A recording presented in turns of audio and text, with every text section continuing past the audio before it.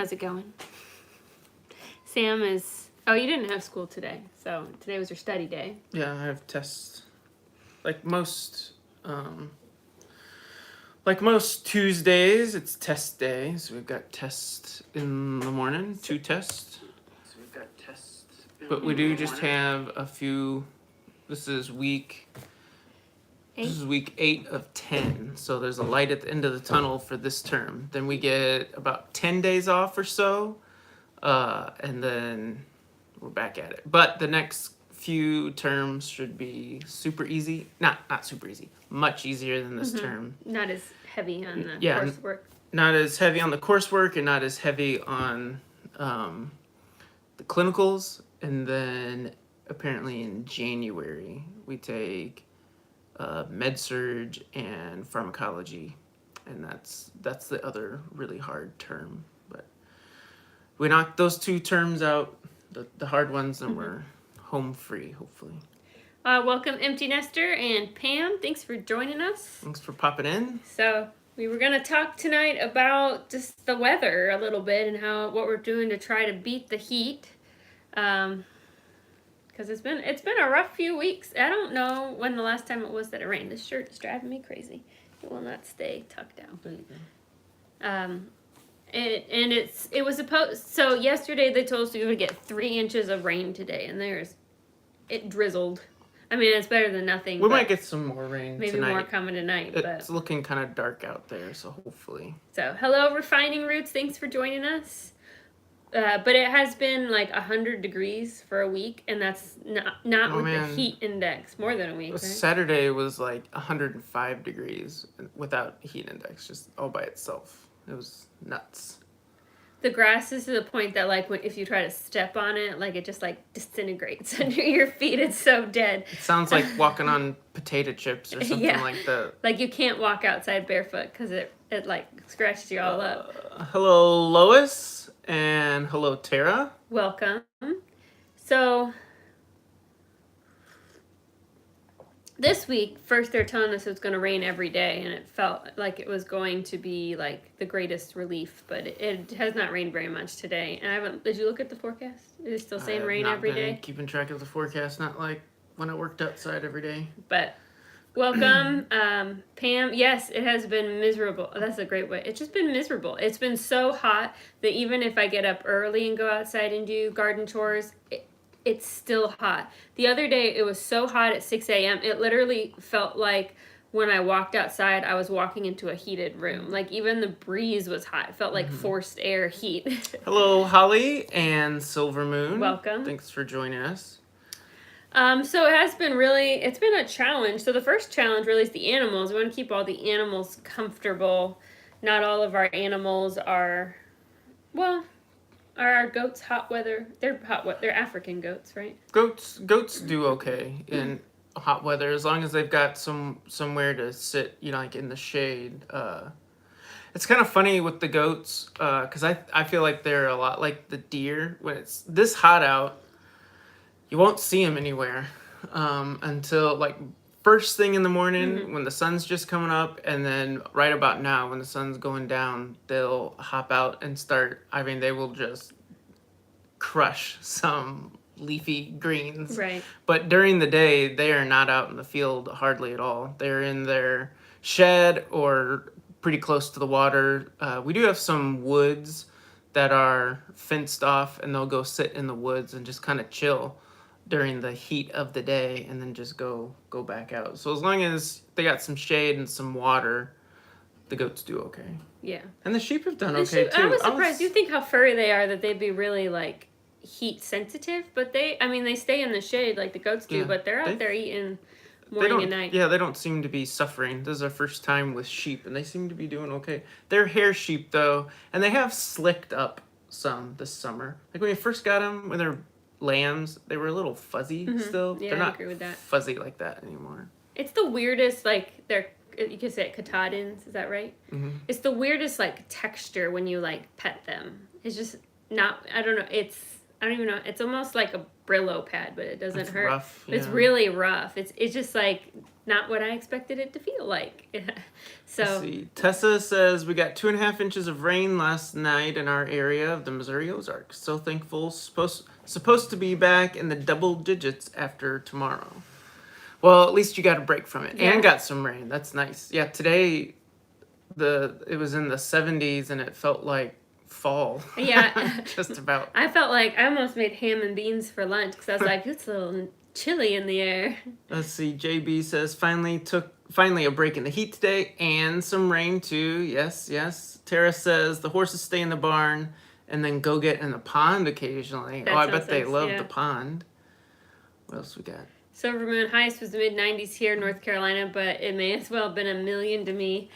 Yeah, there's a certain point it just gets hot enough that the number doesn't even matter anymore. I feel like it's just too hot to be able to be outside and do anything during the day. Mm-hmm. Welcome, Grammy. And Debbie says it's been up to 107 and a bit humid. Yeah. And the humidity makes it even worse because, like, you sweat, but you don't cool off. So. JB says time to click the thumbs up. That's right. Yeah, that helps us. Helps us. Give us a thumbs up. You're watching so. on YouTube. Hit that thumbs up for us. So, and hello from Ontario, Canada. Well, I'm going to guess it's not 105 in Ontario, Canada, but hopefully the weather's been nice to you guys. Hopefully it's not that hot. And empty nesters, we need some rain. Yes, we need rain. We really need rain. So for the animals, we're just trying to make sure they have a lot, just really checking on the water. So what? Yeah, I feel like in the summer, like obviously they still need nutrition, but we have plenty of grass. That's not an issue for the amount of animals we have on our farm. We moved all the sheep and goats to a new pasture this week too, because what was in the old pasture, they still had a lot of stuff, but it was so dry. I felt like they weren't happy, and so I moved them to a new pasture, which had a lot more options to keep them a little happier, hopefully, but.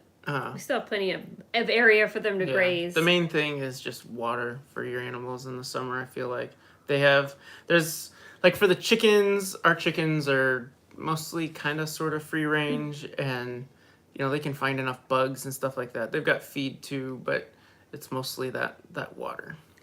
Yeah, and with the chickens, because our ducks and geese, they've been really abusing their little splash pond area, and I've had to really stay on top of keeping that full because they need it. But man, they've been like, I don't even know what they do. How do they get it all out without dumping it over? I don't really understand. But they just get in there and splash as much as they can. Yeah. So. Elaine says, been cooler here today in Ontario, Canada. Has been terribly hot though. Finally got 2.5 inches of rain yesterday. We needed it. So you must have had the same. Well, maybe there was a storm that big. Maybe a storm that big. I don't know. Stretched all the way up. So the garden, though, now that's another story. Let me tell you that story. Yeah. So I don't know what it is about rain, and there's probably a very scientific reason. I don't know if the pH of rain is different or if rain has extra minerals or something in it. You can water your plants all day from the tap, from like the hose, and they won't die, but they don't thrive. But as soon as it rains, it's like they grow 3 inches and they're twice as green. And I don't really understand why that is, but we've been struggling. I mean, the plants are alive and they're growing, but they're not like thriving. They're not thriving. Yeah. They're just producing really small tomatoes and really small peppers and only a few, not a lot, things like that. We really need rainwater for them if we're going to be getting anything worth putting up out of this garden. Otherwise, it's just, we had some peppers with dinner tonight kind of harvest, which is, it's still worth something. It's still good food, but it's disappointing for the amount of work that you put in the garden if your plants aren't thriving. So that's been a struggle, and it's a struggle just to water the garden because we don't have a good irrigation system, which is on my list of things to do. But I can water half of it with the hose, and the other half, the hose doesn't reach that far, so I have to water it with 5-gallon buckets, just filling it and then walking it through, and it's just time consuming, and it's kind of a pain. So and when it's this hot, it feels like you can't water it enough. Yeah. Yeah, I would say between the garden and the animals, when it gets this hot, that's when the garden can kind of suffer. I feel like the animals, they just kind of chill and get through it. But the garden, when it's this hot for this long, it can be pretty tough on it. Debbie says try Epsom salt it works to help. So Epsom salt, do you dissolve it in the water or do you just sprinkle it around the plants? Let me know. Empty nesters, my tomatoes are only like the size of a quarter. Yeah, I mean they've been good, but I bought a couple varieties because we were doing the Dean Family Acres grow the biggest tomato challenge. So I bought some big boy varieties. I was hoping for some big tomatoes, and I mean the plant's alive and it's making tomatoes, but you can definitely tell it's struggling. They're not going to be a behemoth tomato unless we really get some rain. Let's see. Elaine says, I have green beans in a bucket. They're doing great. I started them off with Joy Juice, aka Miracle Grow. Picked the first batch today. Awesome. That's nice. Joy Juice. I like that. I planted my beans a little bit late too, so they haven't really, they're just now blossoming. So I think in a few weeks, especially if it can rain a little bit and cool off just a little bit, we'll have a lot of green beans. I was a little behind schedule planting those with all of Annie's therapy. It just was really hard to get out there and plant things. So they'll be a little late this year. It's okay. Epsom's 2 tablespoons to a gallon of water for 8 plants. Okay. I mean, that makes sense to me why that would work, so I might give that a try this week. Pam says, I was able to can 20 pints of green beans. Cucumbers are odd looking. I've picked 2 tomatoes and 2 small yellow squash. That's it. Garden's not great this year for us. Yeah, this might be the hottest and the longest I think it's been for a few years. Yeah, so when we first moved here, we didn't have air conditioning at all, and we were like, yeah, we don't want it, it makes you too soft or whatever. And then we decided after a year of miserable sleep in the summer that we'd at least put an air conditioner in the bedroom. The kids always had one in their room. We weren't going to make them suffer through that, but we decided we'd get one for our room so we could sleep better. But then 2 years ago, we bought what Sam said is the best investment we ever made, which is right behind him. And it's an air conditioner in the kitchen. And I'm so thankful for it right now because with it being 100 degrees, basically either heat index or actually degrees in July this year, I wouldn't have been able to cook anything in the kitchen. It would have just been so hot and it wouldn't cool off at night. I felt like you could kind of usually what happens here in Missouri, at least where we live, is you'll have 2 weeks where you're kind of miserable. And other than that, summer's not terrible. And you could survive just with a fan or something on you to sleep. But I did feel like the worst part about it all is you'd be outside just slaving away in the summer. And then you're like, I'm going to go inside and rest. And it's nearly as hot inside. And there was just no relief when miserable. You kind of needed it. So it's nice to have this now, and it keeps our living space here at a manageable temperature. And if you wanted to cook or whatever in here, it would just it was terrible. Aunt Holly says my tomatoes have been small with tough skins, but taste good. Yeah, I don't know if my skins have been necessarily tough. They've just been small. Empty Nester says I've been using fish emulsion every other week. I know people who really like that fish emulsion, especially for green leafy cabbages, and that's something on my list to try maybe next year when I have a little more time to think about those kinds of things. Debbie says lots of people are complaining about their gardens not doing great. Yeah, the if your garden doesn't have any, well, I don't know, it's just rough when it's this hot. Let's see what else. Pam says, do you still can when it's this hot? I do, but I do it in the evenings more, just so, because with the air conditioner, it can only do so much. So a couple nights ago, I canned about 20 quarts of baby carrots, put those up because I got a really good deal at the store. Most of my canning, though, it'll be in August, and hopefully it'll be just a little bit cooler. I do avoid canning at the hottest parts of the day just because even with the air conditioner, it just makes the kitchen miserably hot. So I try to do it in the evening if I have to do it when it's really hot. Let's see. An empty nester says, I've heard the same thing. Yeah. Yep. So Aunt Holly, I want you to verify a story for me. I can't remember if you told me this story or if it was your dad, but he claims that back at the family cottage or whatever down in, where is that? Down in the Ozarks somewhere? Yeah. That it could be 120 degrees during the day, but at night it would always cool off to 60, and they'd open all the doors and windows and never miss that they didn't have air conditioning.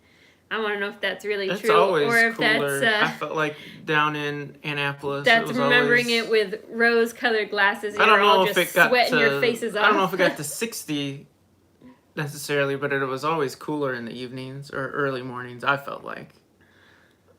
Try making a swamp cooler with fan and wet towels on rack so air flows sideways through the towels. That sounds. That sounds nice. The only problem with fans, we used to do, because we thought about doing for a while, we're doing like the window fans that suck hot air out, because they're more, use less energy than air conditioner. But with a lot of little kids, fans just are dangerous. Like, you can tell them, don't stick anything, don't stick your finger. Somebody will always be curious, and that always scared me a little bit about having a lot of fans, that somebody was going to lose a finger. Empty nest that's been dry everywhere. I'm the weather either hot or storms ruin gardens. Yeah. You're just kind of either way. Unreal, the crazy weather. Yeah. I mean, yeah. And I think every year is always, that's one thing about gardening, I feel like, is every year there is always something to complain about when it comes to the weather. It's hard to get next year we'll talk about how wet it is. Yeah. So. Yes, but we had Hobart window fans. So, see? I wasn't lying. Yeah. It's cool down there. Half truth. I just remember when we would be down in the country, as we always called it, like if we'd sit on that front porch, I always felt like I needed a blanket as a kid, even like in the dead of summer, if you got up early to sit on the front porch. It was always that cool, but that was just me as a little kid, so. So I'm trying to think. What else we want to talk about tonight? I'm open if anybody's got questions. We can keep complaining about the weather, that too. It also makes it hard because, like, you have to get up so early to do chores. The kids can't come out and help because they're still sleeping. I'm not going to wake them up at 5 a.m. And then by the time they're awake, it's too hot to play outside, really. Like, it's been dangerously hot for them. So then they're inside all day. Yeah, the last few days. Which can be a struggle. The last few days it has been too hot. Saturday when it was like 105 degrees, they actually wanted to go out and play in the hose and the sprinkler, and we're like, man, today is not the day. Yeah. I'm sorry, but they're like, we'll just get on the trampoline and jump, it'll be fun. We're like, Yeah, and it's not when it's 105. We don't need anybody getting heat stroke and taking them to the emergency room. But they need to, be outside to play and get their energy out. Because then they try to get their energy out inside and they just break stuff or make a huge mess. Tara says, we've been out in the evenings to play in the hose and water table. That's a good idea. Evenings is kind of when you can get it done. Silver Moon said, I almost have to get up at dawn to be able to do chores because I don't handle the heat well anymore. So I don't really have a specific need to ignore the heat. I just don't like it. Like, I hate being really hot and sweaty. So yeah, I get up do my chores, try to do them about 6 or 5:30. I know, like, if you read books or talk to people that have been farmers for a long time and stuff, a lot of folks just take a break during the middle of the day. Like, they get up really early. Yeah, get up really early and work for, 5, 6, 7 hours. Go home and rest and eat lunch, maybe take a little nap, and then once you get past the heat of the day, go back out and work late. But sometimes I think that's best in the summer instead of, like, I've worked a lot of, like, construction and outside jobs. I always had to just kind of push through the heat, but sometimes I'm like, man, I would almost rather get here at like 4 a.m. and do some work, right, instead of trying to work through the heat of the day. Pia, welcome, and I'm glad that, I'm guessing fog means it's not super hot, right? You can't be super hot and have fog. It's got to be, the temperature's got to be dropping. I have no fog. idea about fog in the San Francisco Bay Area. I've never been out that way. That's why siestas were invented. Yes. Exactly. Just going to move down to Mexico, where if it's going to be hot anyway. I'm just going to live down there and enjoy a siesta. Debbie says, maybe you can find a day when it's cooler to go on a picnic or swimming as a family one day when Sam can come along. Yeah, and Sam is getting ready to have a 2-week break between terms at nursing school, and we have some fun things planned to do with the girls. Some of them are surprises. So we've got 10 days off, and we've got just a whole list of things we're gonna try to make some memories, pack in there for those 10 days, and try and do some fun things. And then I'll have 2 more terms before the end of this year, and I'll have some breaks in there. But then we do get like a 2 or 3 week break. I think it's like a closer to a 3 week break for Christmas, like over the holidays. So that'll be nice. I know some of these programs, these nursing programs, like when you look up their schedule, it's literally back to back. Like ours is actually. It's a little bit longer, but it is. Get breaks. I say it's a year, but it's actually 15 months long, and that's because they give you some of those breaks. You get a few weeks in between each term, but I think I'm okay with that. Like the difference between 12 months and 15 months isn't that big of a deal, and if it gives you, like, I'm thankful I'm gonna have some time to spend with the family and get just a little breather before starting up again. So I think it's worth it, even though it takes just a little bit longer. Maybe it'll be good for our mental health. Well, it's even just hard because he's so busy. He's not able to help with things, and there's some things like I just need his help with it. It'd be really hard if I knew it was going to be 12 months and he was never going to have a break. At least I know like we're just going to make do for 10 weeks or whatever, and then he's going to have a little bit of time off and he can help me fix some things that need fixed or things like that. So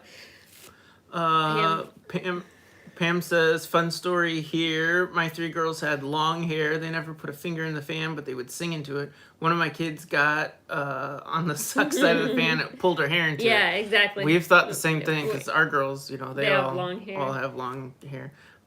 Pia says it's actually cold. Wow. Ooh, moved to San Francisco. That sounds nice. I've told Laura a lot, like ever since we've been married, if we were to ever, and maybe I'd switch this opinion once I get a little older, but if I could only like live in an extreme, either like Florida or Alaska. Yeah, Alaska. I would totally do Alaska. I feel like I can handle the cold better than the heat. But. Welcome, Rosanna. Thanks for joining us tonight. So speaking, I almost forgot about this. We talked about this. We have some sort of mystery predator. I cannot figure it out, but it's coming and getting our baby chicks. They are inside an electric fence, inside a coop, and there's never any feathers. There's never feathers. They just disappear, and I cannot. And the coop is like chicken wire all the way around with a tarp over top. There's no holes. And on the bottom. And on the bottom, I have logs jammed in so that there's no bottom space, and none of the logs are disturbed. Well, the bottom 2 feet of the chicken coop as well has like mesh wire, not chicken wire. Like nothing can stick its fingers in the bottom of it. I cannot figure out what's getting it. And so Pam says a snake. I thought, well, maybe, but a snake wouldn't come back every night, right? Because how many chickens can one snake eat? Yeah, it's been quite a bit. So we're down to 3. We started with like 8, and I just cannot figure it out. So tonight I'm going to go out there when this is over because it's finally a little bit cooler. I'm going to try one more time to make sure it's really tight and flush on the ground, that they're not finding a way to like get in. Sam thought maybe a weasel. Something like that, something small. But you would think if something was like grabbing them that there'd be like fluff feathers in a corner or something. But there's nothing. They just like disappear. So gopher or shrew. I don't even know what is a shrew. Is that a bird? No, I think it's kind of like a mole kind of thing. Florida isn't too bad because you get the sea breezes. I was born and raised in Florida, and it wasn't as hot as North Carolina. Yeah, we don't know what. You still think it's a snake? It could be. I wouldn't think a snake would. These chicks are pretty good size now. When we say chicks, I don't mean like day-old chicks. We're talking a couple months old. Yeah. They're probably, I don't know, 10 inches tall by now. Unless it's just a monster of a snake. I don't want to meet him. Yeah, I don't think it would come back 2 or 3 nights in a row. Yeah, a type of a rodent. A shrew is. I've never seen a shrew. Or I'll have to look that up after. Shrews are like mice. Okay, I was a little off. Yeah, Holly said. Yeah, I saw your post about that. It gets so annoying because like you think you got it like. This is like Fort Knox. We got like double security systems, and like I've checked for weaknesses. And man, animals when they're desperate, they are smart. And we've had chickens in that coop. How long ago did I build that? 3 or 4 years. And we've never had anything get in that coop, and we've had it all over the farm. It's a portable one. I mean, that would probably be its only weakness, is that it is portable, so it's not like extremely heavy. But that's the first time we've ever had anything get in it. Let's see. Allison says, hello from Virginia on vacation in Wisconsin, where I'm guessing it's not 105. Yeah, that sounds $7.50 nice. a bag of chicken feed. That's awesome. And yeah, at least $20 in Virginia. Shelf stocked here. Lots of gaps in Virginia. Even have half-gallon jars here. I love that Mason half-gallon jars. I use them for like everything. And I've jarred juices in them before, canned juices in them before. They're pretty to look at. And they're perfect. perfect for milking. Yeah, if you're gonna have a milk animal, those half-gallon jars are like, they hit the spot. The big gallon jars are just a little too big and bulky. The half-gallon mason jars for milk are perfect. Grandpa Dan says, too bad we don't have Archie. Yeah, we did leave our other dog out last night, but it didn't stop anything. She's pretty loud and alert, and she's big, but it's something She's sneaky. not really a guard dog, so. Yeah, that's true. Take Me Taste Hut, very hot and humid in Alabama. Hello? Probably pretty much sums up 6 months out of the year in Alabama. Hot and humid. JB says, 38 watching. Please hit the thumbs up. Yeah, if you think about it, it helps us get higher in the algorithm so more people can find us. Yeah, all of these comments and then the thumbs up and such, they do help the channel for sure. So I will say, though, we have another set of chicks that one of our hens hatched for us. And she's kept them all, like, we haven't done anything for her other than making sure they have access to water down there. And she's kept them all alive. Fended off whatever predator or whatever. Mama chicken, don't mess with her, huh? Mama hen knows better than we do. So we were thinking about if we brought the other chicks down there, would she adopt all of them? And then we could save the last 3 from inevitable doom. But Sam wasn't sure if chickens would do that or if she would attack them. I don't know if she would just accept them and then they'd follow her or not. I've never tried to graft baby chicks, and she's loose, and those other baby chicks are loose as well, so it would be hard to kind of get them to run with her, I feel like. True. Unless we could kind of get her pinned up. Silver Moon says, I had a skunk recently that was getting into my electric fence, a small one. I lost some chickens there. I found headless, but it killed and ate my bantam chickens. I'm sure it could take off with the chick. Yeah, for sure. Yeah. Whatever it is, it's not really like digging underneath. I don't know. It's strange. Let's see. I will thumbs up when I leave. If I do it now, I can't get back in chat. Oh, well, that's a bummer. That's strange. Might just need an app update. Well, we'll wait for the thumbs up then. Thank you. Let's see. I don't know if there's the sheep also broke a fence. That was kind of things like that. It's just like annoying. It's not hard. Like there's things about homesteading that are really hard, but sometimes animals, they can be annoying. Like they somehow managed to snap part of the electric line. I mean, I want to go out there and fix it, but you're like, come on, guys. Got like 2 acres. And you've seen it before. They get kind of close to it, and then something scares them, or they do actually touch it. They get scared, and then they just run through it.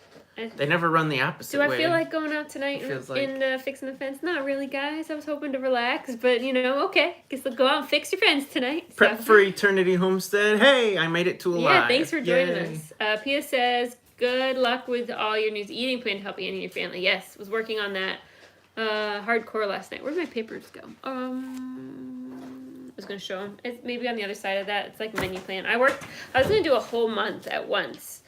So we're going to try no artificial preservatives, no artificial colors, absolutely no sweeteners, no refined sugars, no white flour, so no refined carbs. I think that's it.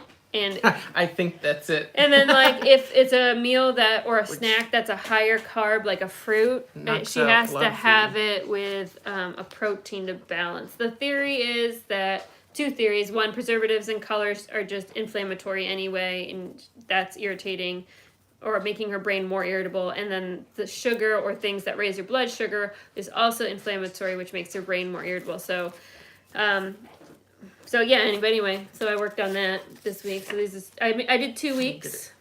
Look at you got lots of scribble. Got lots of scribble. I'm going to make a video when I go grocery shopping, hopefully tomorrow. But I did a 2-week plan. I tried to do a whole month, and I just felt really overwhelmed. So I thought, well, I could do 2 weeks, and then if I make some meals and people are like, yeah, I'm not eating that ever, haven't wasted money on ingredients for the whole month. Hello, Beverly. Thanks for joining us. welcome.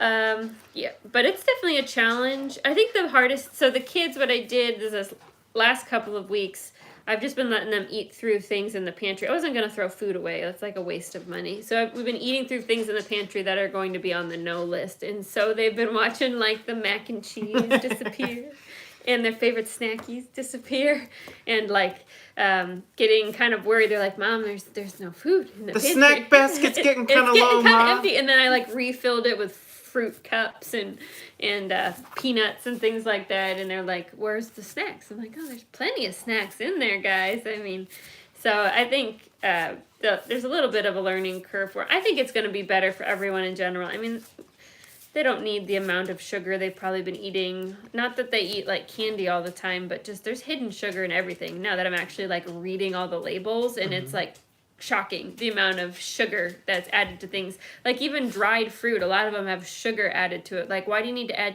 sugar to dried fruit, That's which already has super yeah. Natural sugars, and it's already pretty sweet. So the biggest one, the biggest learning curve right now, I'm having to replace a lot of the easy things that I like, or not easy things, like condiments, like salad dressing or like cream of mushroom soup. I'm trying a couple of recipes where I'm making them homemade, and when I get ones that I feel like are good replacements that fit her diet, I'll post them all for you guys, so they don't have like all the preservatives, but they are, so you can replace them in your recipes. Yeah, it's tough to do that because it is like a lifestyle change. It really is. It's hard for anyone, I feel like, to change their diet and what they eat. It is. And JB says, I wish we had a food system that was healthy for us all. No one needs all those chemicals. And it's just been really interesting. You know, when we went to Germany a while ago when we were much younger, and there's so many things that we eat in the U.S. that aren't even like allowed in food in Europe and things, and like preservatives. And you just kind of wonder, you know, do we really have to have them, or is it more about, you know, cutting the bottom line so the manufacturer can make more money at the cost, at the expense of our health? Beverly says, I would love to learn recipes with no sugar or carbs, being diabetic, and always swelling. So definitely going to take you guys along with us on this journey as we get recipes. I'm working too on making better quality bread, but using the bread, like I need to still keep some convenience. Like I'm sure you all feel that in your own lives, whatever circumstances are, like making everything from scratch every day, it takes a huge amount of time. You know, I still have kids to homeschool. You know, Annie still has therapy multiple times a week. You know, I can't be in the kitchen all day ignoring my children. So trying to find ways to keep convenience with still being able to meet the diet needs. So I'm going to kind of be sharing with you guys as I find things that work. So if they would help you, that would, it's out there. Prep for Eternity says, we cut a lot of things out of our diet a couple years ago. Tough at first, but it does get better, and eventually they forget about the old foods they used to eat. You can do it. Yeah, I think. Thanks for the encouragement. And that's one thing I've noticed with kids is they're really adjustable. Like, that even now, just a few months ago, we started focusing more on whole foods, just more vegetables in general. And at first, they wouldn't like touch anything. But tonight, like we had red cabbage and carrot, like steamed red cabbage and carrots, and they pretty much all ate it. I mean, that's something that they probably wouldn't have touched before. Nobody thought two things of it. So. Let's see. I learned that Mountain Dew is banned in other countries because of ingredients. Debbie says, we don't eat a lot of sugar if we can help it, but it's hard. We manage. Yeah, sugar, once you start looking at those packages and ingredient lists, you see all kinds of stuff that you're like, well, I didn't know that was in there. Let's see. Prep for Eternity says, it can get very overwhelming quickly, so definitely have to take it slow. So... Actually, that's one thing. I feel like some of it depends on your personality. So I had a couple people mention that on the video. You know, just take out a few things or one thing at a time. I find for my personality that if I don't just like create like a strict line and here's the barrier, like I just tend to cheat all the time. Oh, well, today it'll be okay. And so for me, I feel like it's more, I do better if it's just, let's just do it 100%. So we ate through all the bad stuff in the pantry, and then tomorrow it's a new day and there's new rules, and we're just going to stick. I'm a good rule follower and stick to it. JB says it's about the shareholders. How can we make preventative health profitable for the corporations. Yeah, I do think sometimes the corporations aren't in it for the public's best interest. About They're making more money. about making money. That's very true. Yes, Beverly says, yeah, I did skip one. We share our knowledge with you also. I'm always reading labels. And we always, like, when you guys comment things like, have you seen this product? Or have you looked at this kind of diet? Or whatever we're talking about, even gardening and canning. Like, I always look up the stuff you guys suggest because the world is full of so much knowledge. And, like, it's just so hard to come across all of it on your own. And we can definitely learn from one another. So we appreciate all of your suggestions. And there's not one person that knows it all. Take Me to Tammy's House says, are you on a diabetic diet? No, it's not a diabetic diet.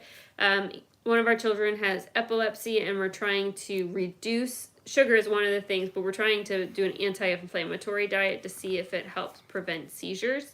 It's kind of keto, but we're not doing full keto. We did talk to her neurologist about that, and there were several reasons he felt like it wasn't a good fit for her, and I agree with his kind of what things he was cautious about. It's maybe on the table if we need to talk about it when she's older, but we're going to try this first. It's keto, but she can still have some bread and things. So it's not as strict. Pam says, how will you do these meals and still can your things you're canning?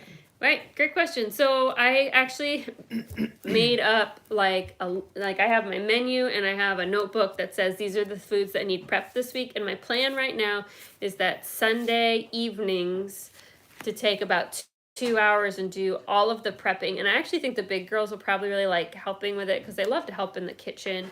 And we'll make like our things that we have to make ourselves, like the yogurt, and we can make multiple loaves of bread at a time, and then it's all done, everything's chopped in the fridge for the week. So hopefully each day or each meal time during the week there's enough prep work done that I'm not actually spending extra time, and then I have time for the canning, that kind of stuff. Being too efficient. Just trying to be really efficient. I find when something's really important to you, you find time to do it, is kind of what I've learned through life, but you do have to be really structured and planned out. Mm-hmm.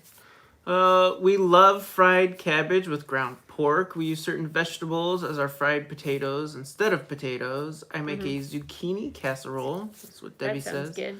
Silver Moon says we need to start a diabetic diet here. My youngest is a type 1 diabetic, and we recently learned that my husband has become a type 2. Yeah, there's a lot of challenge. Diabetes could be very challenging from what I understand, because it's different for everybody, and you really have to learn what your triggers are. And it can definitely be a big learning curve. Beverly says, what do you think about milk? Curious. I switched to Fairlife, has less sugar, and it's so delicious. So we used to drink a lot of milk, yeah. And we don't anymore. We used to drink at least a gallon a day. And now there's 8 of us, and I would say everybody gets a small cup at breakfast.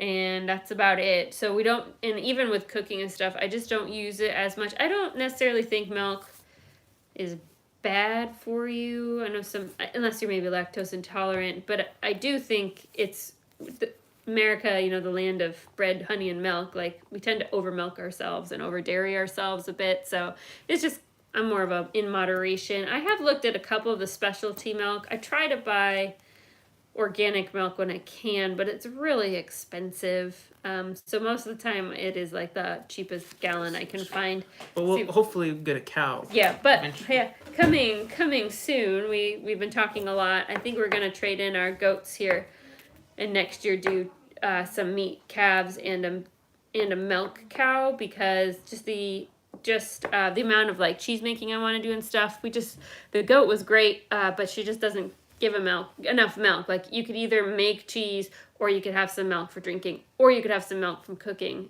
So that's kind of coming up, hopefully in the spring. Right now we're kind of working on which goats we want to sell and which younger goats might go to the butcher. But coming soon, more information as we figure out what we're doing. But looking at probably at a smaller breed goat or smaller breed cow. I don't want like a Holstein where I'm going to get like 8 gallons a day. Like, I don't need that much milk. But I think cow's milk would be a better fit for us anyway, because goat's milk, like, you got to have a cream separator for butter and stuff. And we've had fresh cow's milk before, and the kids like it better than the goat milk. So the goats have been fun, and they've been great pasture clearers for us. I feel like our pasture's actually looking relatively okay this year. This is the first year where you haven't looked out there and been like, that is the worst looking set of grass I have ever seen. So I think maybe we're about ready to trade the goats in for a cow. So Yeah, I think next year, once the life settles down just a little bit, that'll be a thing for us. Pam says, but will your canning meals be different? No, actually they won't. So I can a lot of soups and stews, but I don't add anything to them like sugar. I don't even put salt. I add it when I like warm it up to taste. So there's nothing that I can now that I wouldn't be able to keep canning. She can still have white potatoes, but like I said, we gotta like balance the starch with a clean protein. So like we wouldn't have a dinner where it was like mashed potatoes, garlic bread, and pasta. We wouldn't do that, but we might do some grilled salmon and some broccoli and some roasted white potatoes or something to kind of like balance the carbs. Mm-hmm. Let's see. Beverly says, that's my problem too. I love potatoes so much. Greetings, True Joy. Thanks for joining us. Hopping on. A cow is the ticket for sure. That's awesome. Fuzzy Dexter cows. Yeah, I'm not sure what breed we'll do. We might end up with a Jersey just because there's so many around. Yeah, so part of it is trying to find something. But I wouldn't mind looking at some different breeds and see what... I told Laura I do this... Maybe this is the vain side of me, but I said whatever cow or cows we get, I was like, I want some pretty cows. You can look out in the pasture, just think, that's a nice cow to look at. Let's see. Pref Returning says, agree about milk. What do you use to replace the milk when you're cooking? Depends what I'm making. So I don't do a lot of baking, especially now, because that tends to have a lot of sugar in it anyway, like muffins or brownies or waffles, and those are all things that use milk. So I just am not really baking or cooking things that need milk. And just not really do, especially because it's 100 degrees, not really doing any sort of cream soups or anything like that. Probably in the winter, we'll probably have some creamy soups, but Debbie is suggesting. Yeah. Yeah, and I have a lot of powdered milk right now because it's so shelf stable, and I do use that like when I make good night, JJ. I do use that sometimes, like if I'm making sausage and gravy. I've used it before to make yogurt, things like that. But powdered milk, that doesn't change anything about the lactose content. Our sugar, when we're talking about sugar for Annie, it's not a diabetic diet.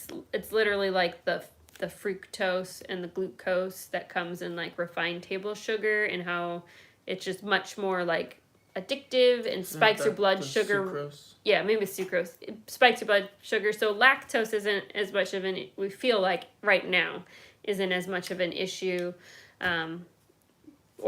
And so we're just kind of feeling it out. We might get to a point where we feel like maybe we need to cut dairy, but after talking to the functional neurologist, he really didn't feel like that was necessary. It's right kind now. of an experiment, so to speak. Yeah.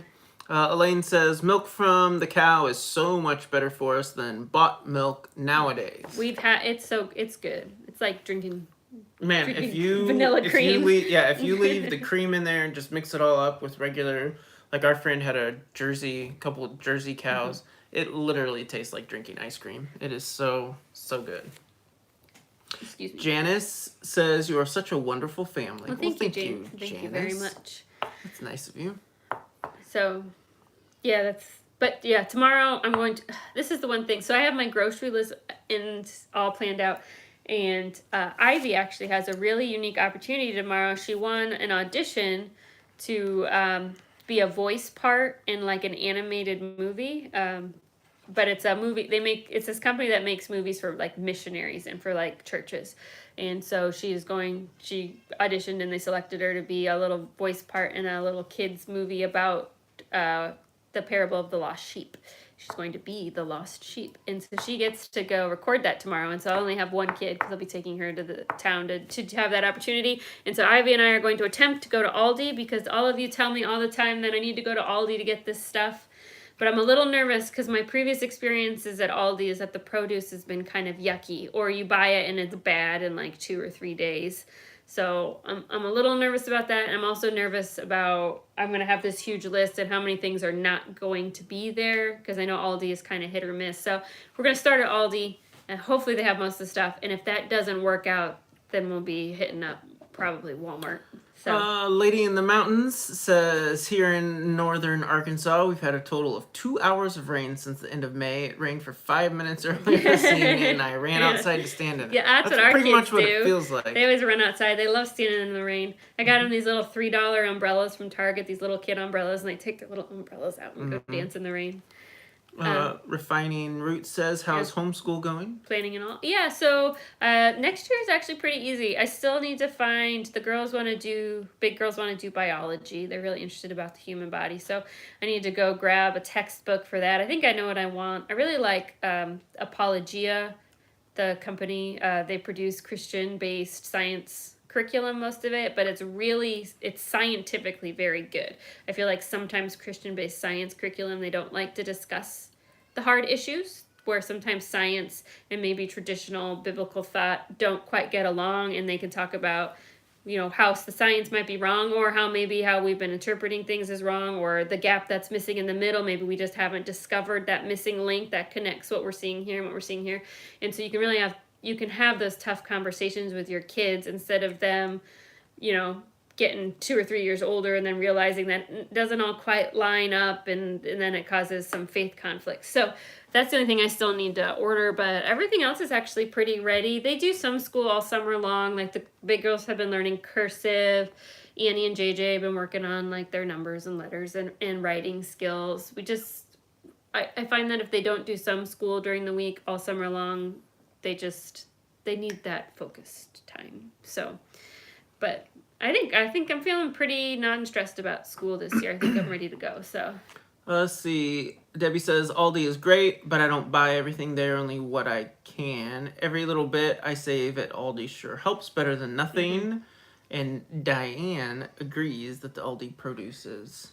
It doesn't seem to last long. Yeah, it doesn't seem to last long. And Lois says, our son lives with many allergies. Dairy's a big issue, but we use goat's milk. I think made all the difference in the world, right? And we've had had goat's milk.